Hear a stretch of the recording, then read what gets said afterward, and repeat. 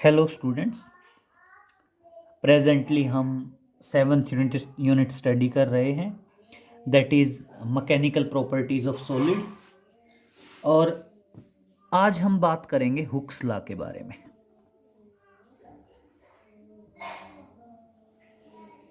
सबसे फर्स्ट में एक टॉपिक आता है, व्हाट इज हुक्स लॉ।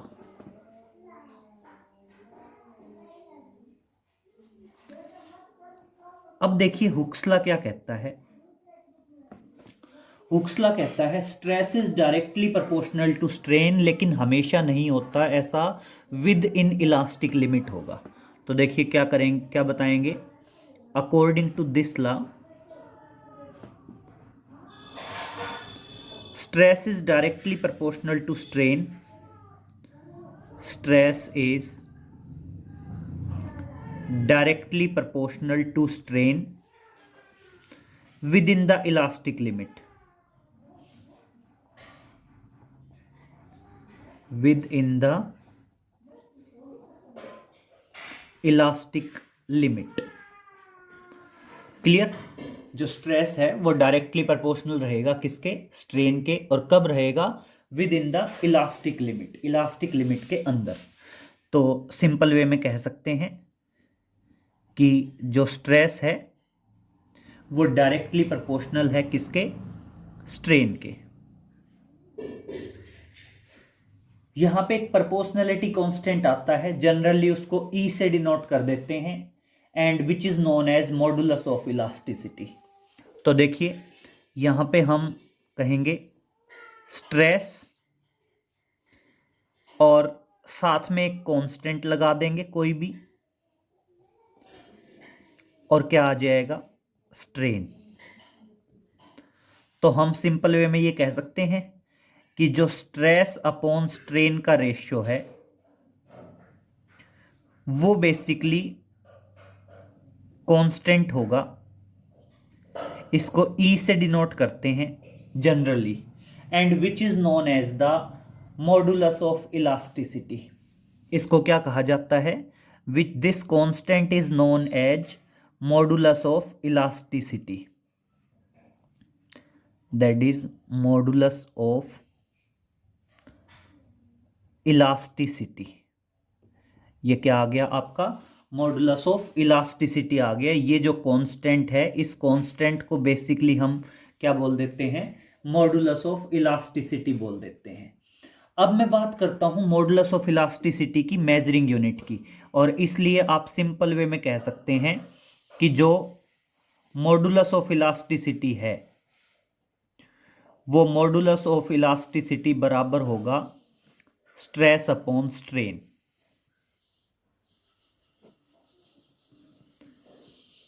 अब एक चीज समझिए, स्ट्रेन की कोई मेजरिंग यूनिट है ही नहीं। हम प्रीवियस लेक्चर में पढ़ चुके हैं कि स्ट्रेन की कोई मेजरिंग यूनिट नहीं है। तो ऑटोमेटिक सी बात है, जो स्ट्रेस की मेजरिंग यूनिट होगी वही मॉडुलस ऑफ इलास्टिसिटी की मेजरिंग यूनिट होगी। तो क्या बताएंगे, the measuring unit of modulus of elasticity is modulus of elasticity is same जो स्ट्रेस वाली है, क्या, न्यूटन पर मीटर स्क्वायर एंड डाइन पर सेंटीमीटर स्क्वायर। दोनों ही मेजरिंग यूनिट है, चाहे आप न्यूटन पर मीटर स्क्वायर कह दीजिए, चाहे कह दीजिए डाइन पर centimetre. It's dimensional formula is, it's dimensional formula is, बेटा सेम वही स्ट्रेस वाला, क्या, m1 L-1 T-2। This is the dimensional formula of stress. Yes sorry, stress का भी यही होगा, प्रेशर का भी यही होगा, मॉडुलस ऑफ इलास्टिसिटी का भी यही होगा। क्लियर। अब बात करते हैं मॉडुलस ऑफ इलास्टिसिटी कितने टाइप का है। अब है modulus of elasticity is of 3 types. बेटा जो मॉडुलस ऑफ इलास्टिसिटी है वो बेसिकली कितने टाइप का है बेटा? 3 टाइप का है। 3 टाइप का कौन कौन सा है? सबसे पहले आता है यंग्स मॉडुलस, फिर आता है bulk modulus is of 3 types. First one कौन सा है? That is Young's modulus, that is Young's modulus, generally y से डिनोट करते हैं। Second one is bulk modulus,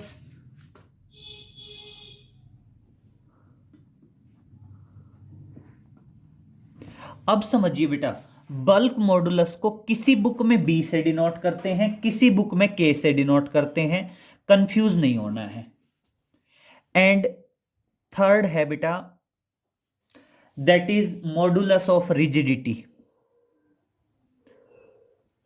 modulus of rigidity. Clear? Third one क्या है? मॉडुलस ऑफ रिजिडिटी है, और जनरली इसको ईटा से डिनोट करते हैं। ये जो डिनोटिंग के सिंबल हैं ये अलग अलग हो सकते हैं। जनरली यंग्स मॉडुलस को तो हर एक बुक में y से डिनोट किया हुआ है, लेकिन जो बल्क मॉडुलस है, बल्क मॉडुलस को अलग अलग तरीके से डिनोट कर सकते हैं, किसी में b से, किसी में k से। इसी तरह मॉडुलस ऑफ रिजिडिटी को भी अलग अलग तरीके से डिनोट किया हुआ है। तो हम सबसे पहले बात करते हैं यंग्स मॉडुलस।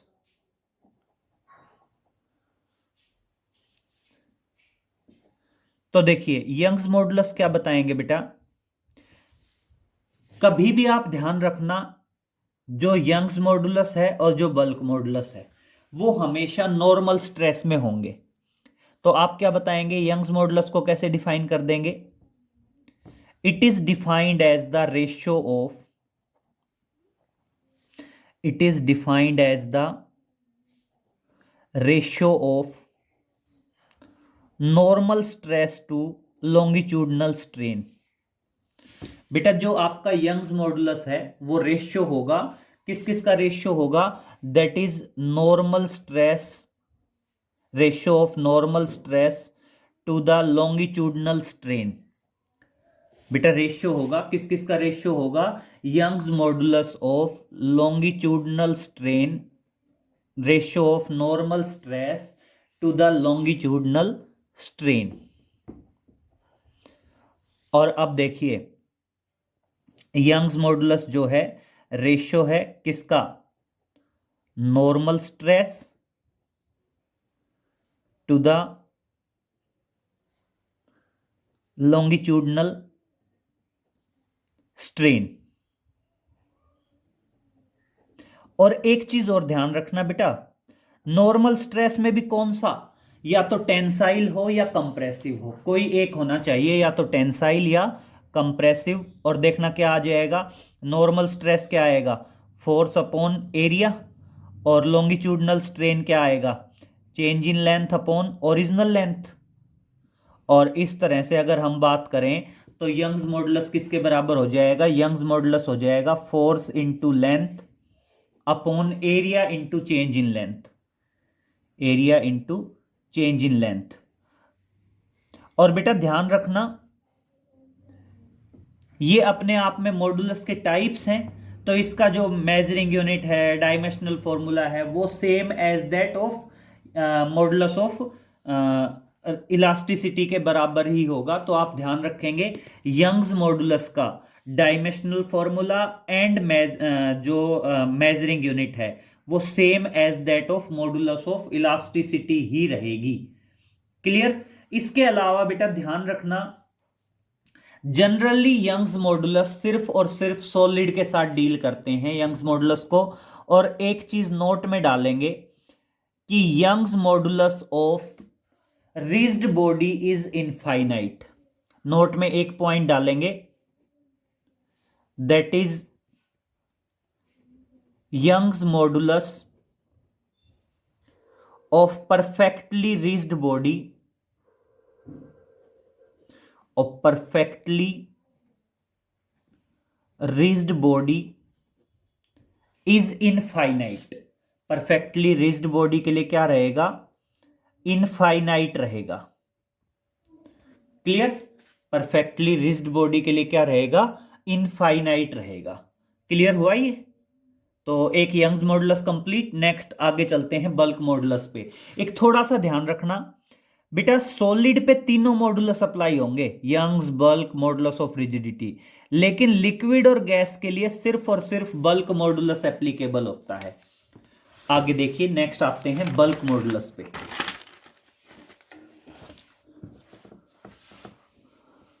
तो अब नेक्स्ट है दैट इज बल्क मॉडुलस।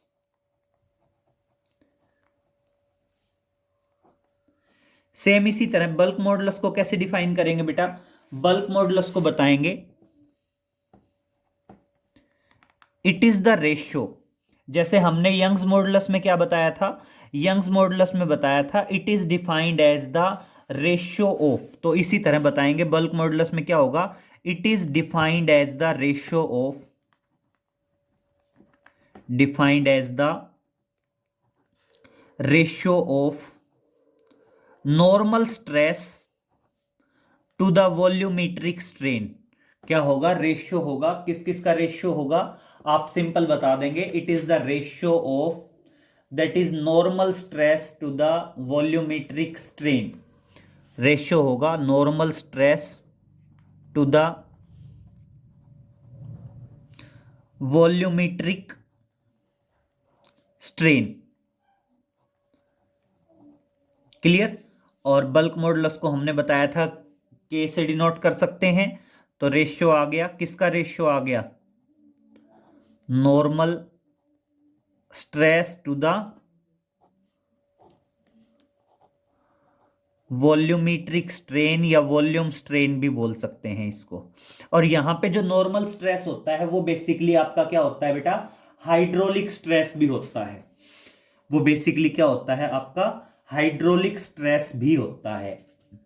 अब उसके बाद देखिए, जो नॉर्मल स्ट्रेस होगा वो सेम वही, आप इसको क्या बोल सकते हैं? Force upon area. और वॉल्यूमेट्रिक स्ट्रेन में क्या होगा बेटा? जनरली वॉल्यूम डिक्रीज हो जाता है, तो change in volume upon original volume. और यहां पे एक चीज ध्यान रखेंगे बेटा, जो फोर्स अपॉन एरिया होगा, इस फोर्स अपॉन एरिया को हम प्रेशर भी कह देते हैं, पी रेफरेंस दे देंगे, क्योंकि प्रेशर पी हमने पढ़ा है फोर्स अपॉन एरिया। तो इस तरह से क्या आएगा? Change in volume upon original volume, और बल्क मॉडुलस आ जाएगा pressure into volume upon change in volume. This is the bulk modulus. और सेम बल्क मॉडुलस की भी measuring unit, dimensional formula same रहेगी as that of modulus of rigidity. Clear? इसके अलावा ध्यान रखेंगे बल्क मॉडुलस भी नोट में डालेंगे। पहला point, bulk modulus of perfectly rigged body is infinite. Bulk modulus of perfectly rigged body is infinite. Clear? Same इसी तरह दूसरा आएगा, that is bulk modulus of ideal liquid is infinite. Bulk modulus of perfectly ideal liquid, या simple कह दो ideal liquid, is infinite. ध्यान रहेगा, bulk modulus perfectly rigid body का भी इनफाइनाइट रहेगा, और बल्क मॉडुलस आइडियल लिक्विड का भी क्या होगा? इनफाइनाइट होगा। और एक चीज ध्यान रखेंगे, the reciprocal of bulk modulus is known as compressibility. उसको जनरली क्या बोल देते हैं, कंप्रेसिबिलिटी बोल देते हैं। और थर्ड वन आता है, ये आपका सेकंड था, बल्क मॉडुलस। थर्ड आता है आपका मॉडुलस ऑफ रिजिडिटी। थर्ड है आपका मॉडुलस ऑफ रिजिडिटी। अब मेरी बात सुनिए, मॉडुलस ऑफ रिजिडिटी क्या बताओगे? मॉडुलस ऑफ रिजिडिटी को सिंपल बताओगे, रेशियो है। किस किस का रेशियो है? That is long tangential stress to the tangential strain. तो आप क्या बताएंगे? मॉडुलस ऑफ रिजिडिटी जो है इसको डिफाइन करेंगे, it is defined as the ratio, it is defined as the ratio of tangential stress, tangential stress to the tangential strain, to the tangential strain. Clear? और modulus of rigidity को generally eta से denote करते हैं, तो या तो कह सकते हैं tangential stress upon tangential strain,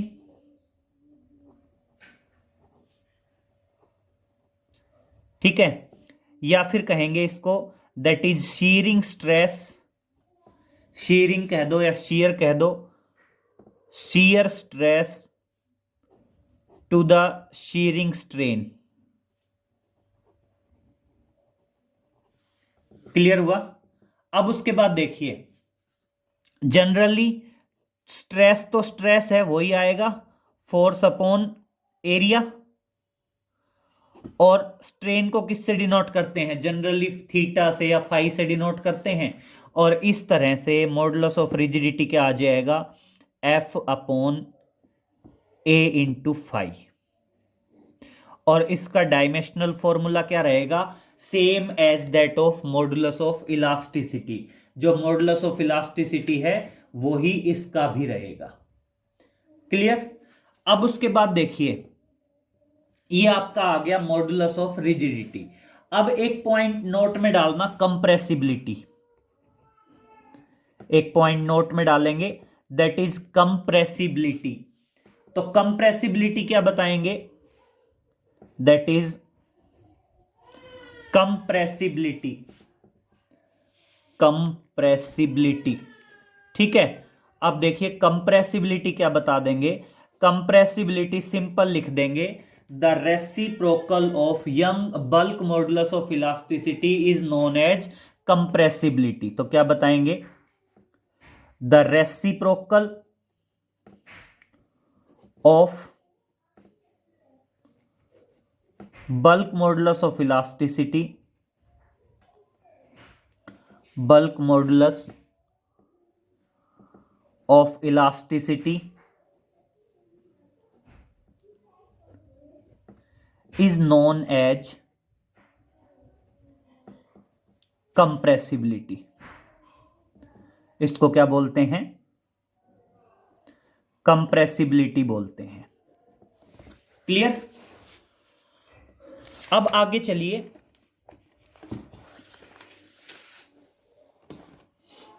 next एक आता है, दैट इज पॉइजन्स रेशियो। अब मेरी बात सुनिए, पॉइजन्स रेशियो क्या होगा? That is Poisson's ratio. Next है, that is Poisson's ratio.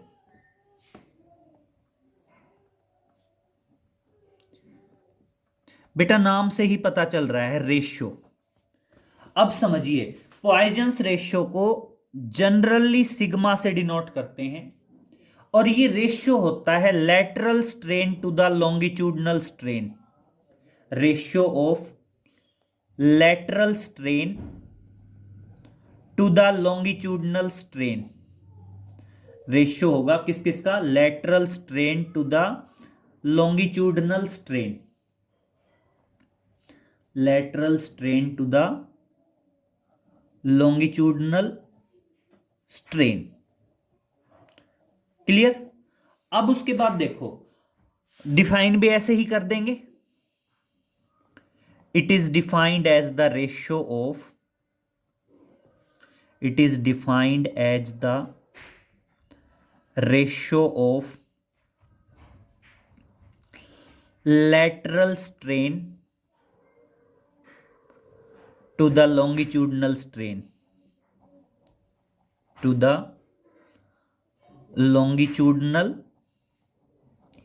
strain। अब मेन बात यह है बेटा, हमने तो स्ट्रेन पढ़ा था लॉन्गिट्यूडनल, वॉल्यूमेट्रिक, टेंजेंशियल, बट ये क्या आ गया, लेटरल स्ट्रेन। अब देखिए बेटा लेटरल स्ट्रेन क्या है, एक पॉइंट बहुत ध्यान से समझेंगे। बेसिकली आप मान लीजिए कोई भी फिक्स एंड है, ठीक है, इस फिक्स एंड से अगर मान लीजिए मैं किसी सिलेंड्रिकल बॉडी को हैंग करता हूं, समझेंगे, इस फिक्स एंड से मैं किसी सिलेंड्रिकल बॉडी को हैंग कर रहा हूं, ये फिक्स एंड था और इस फिक्स एंड से मैंने एक सिलेंड्रिकल बॉडी को हैंग किया, ये आपकी सिलेंड्रिकल बॉडी हैंग हो गई। और अब समझिए मेन पॉइंट, इस सिलेंड्रिकल बॉडी को जब आप स्ट्रेच करते हैं नीचे की तरफ, इधर से डाउनवर्ड फोर्स लगाएंगे तो सिचुएशन क्या होगी बेटा, तो उस टाइम पे सिचुएशन कुछ ऐसी हो जाती है कि लेंथ तो इंक्रीज होती है लेकिन साथ साथ आपका डायामीटर भी क्या हो जाता है, डिक्रीज हो जाता है। साथ साथ क्या हो जाता है, आपका डायामीटर भी क्या हो जाता है, डिक्रीज। हम सिर्फ लेंथ को तो डील कर लेते हैं लेकिन रेडियस या डायामीटर के बारे में हम कोई डीलिंग नहीं करते। अब यहां पे देखिए, पहले जो आपका रेडियस था, पहले जो रेडियस या डायामीटर जो भी आप कहना चाहें, पहले डायामीटर ये था कंप्लीट और अब ये हो गया। तो यहां पे देखिए अगर मैं बात करूं यहां से यहां तक, ये क्या है, दैट इज इनिशियल रेडियस, ये क्या है, इनिशियल रेडियस है। और डिक्रीज इन रेडियस क्या हुआ, ये जो हुआ गैप यहां से यहां तक, this is the change in radius. इसको जनरली हम किससे डिनोट करते हैं, डेल्टा आर से, that is change in radius. इसी तरह बेटा पहले लेंथ थी एल, मान लीजिए पहले जो लेंथ थी, पहले लेंथ थी एल, क्लियर। और बाद में ये जो गैप हुआ ये क्या है, that is increase in length, delta L. तो इस तरह से लेटरल स्ट्रेन क्या होगा, लेटरल स्ट्रेन होगा decrease in radius upon original radius, और लॉन्गिट्यूडनल स्ट्रेन तो पता ही है, increase in length upon original length. और इस तरह से पॉइजन्स रेशियो क्या आ जाएगा, minus L into delta R upon R into delta L. Radius की टर्म्स में भी कह सकते हैं या इसको हम डायामीटर की टर्म्स में भी कह सकते हैं, कंफ्यूज नहीं होना है, कहीं रेडियस की टर्म्स में हो और कहीं किस में हो, डायामीटर की टर्म्स में हो। अब नेक्स्ट देखिए, पॉइजन्स रेशियो की प्योरली एक नंबर है, ऊपर भी स्ट्रेन है और नीचे भी क्या है, स्ट्रेन। तो ध्यान रखोगे, it don't having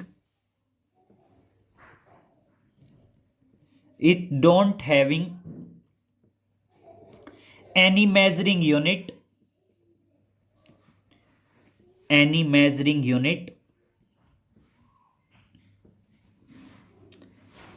dimensional formula,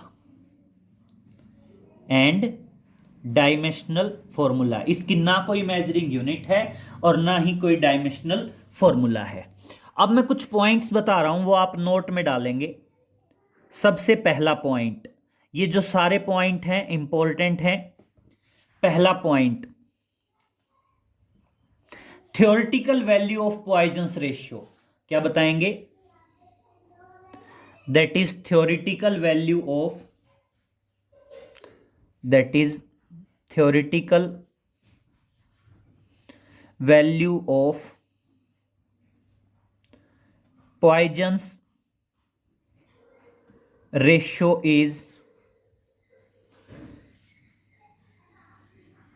between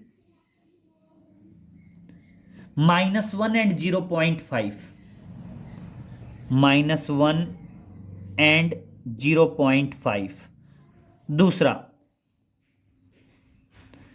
practical value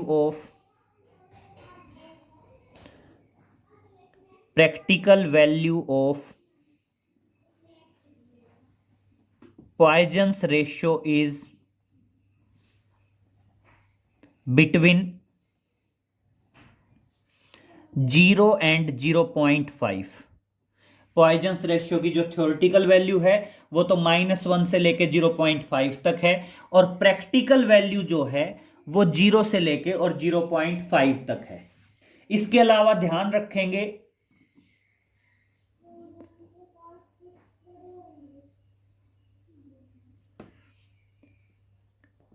y Young's modulus को डिनोट कर रहे हैं हम,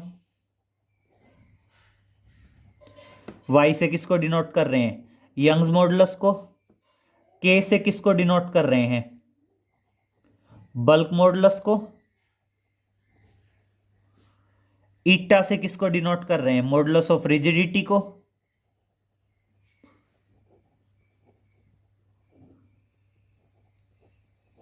और सिग्मा से किसको डिनोट कर रहे हैं? That is Poisson's ratio.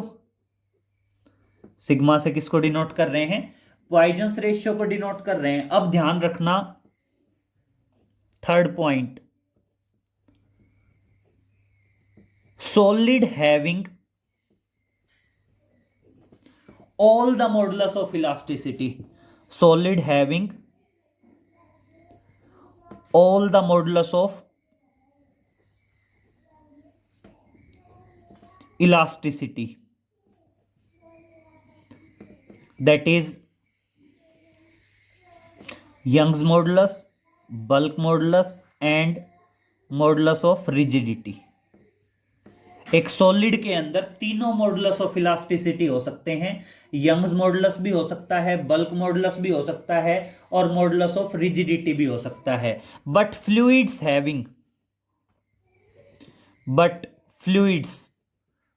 का मतलब क्या है? लिक्विड एंड गैस दोनों हो सकते हैं। Fluids having only bulk modulus, Young's modulus, bulk modulus को हमने किससे डिनोट किया है? के से। ध्यान रखना, बल्क मॉडुलस को किससे डिनोट किया है हमने? के से डिनोट किया है। Fluid having only bulk modulus,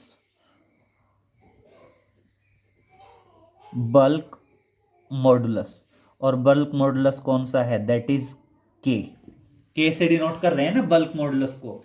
एक थोड़ा सा ध्यान रखेंगे, जो मॉडुलस ऑफ इलास्टिसिटी है इनमें रिलेशंस होते हैं, that is relations between modulus of elasticity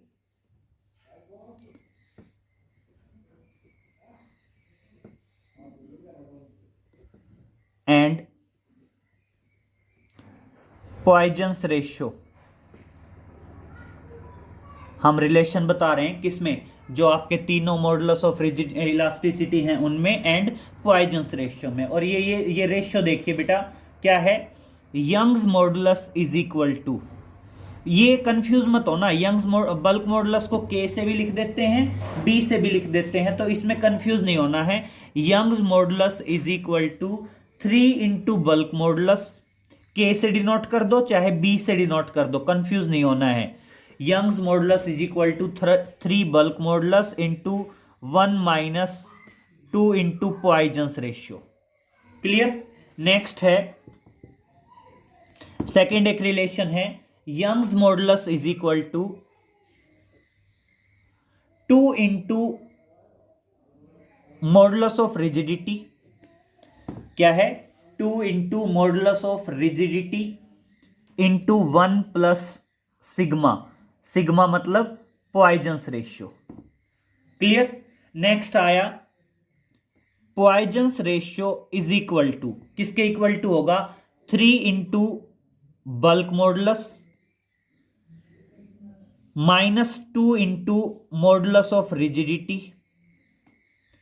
divided by 6 into bulk modulus minus plus 2 into modulus of rigidity. Clear? Next आया आपका 9 अपॉन यंग्स मॉडुलस, किसके बराबर होगा? 3 अपॉन बल्क मॉडुलस,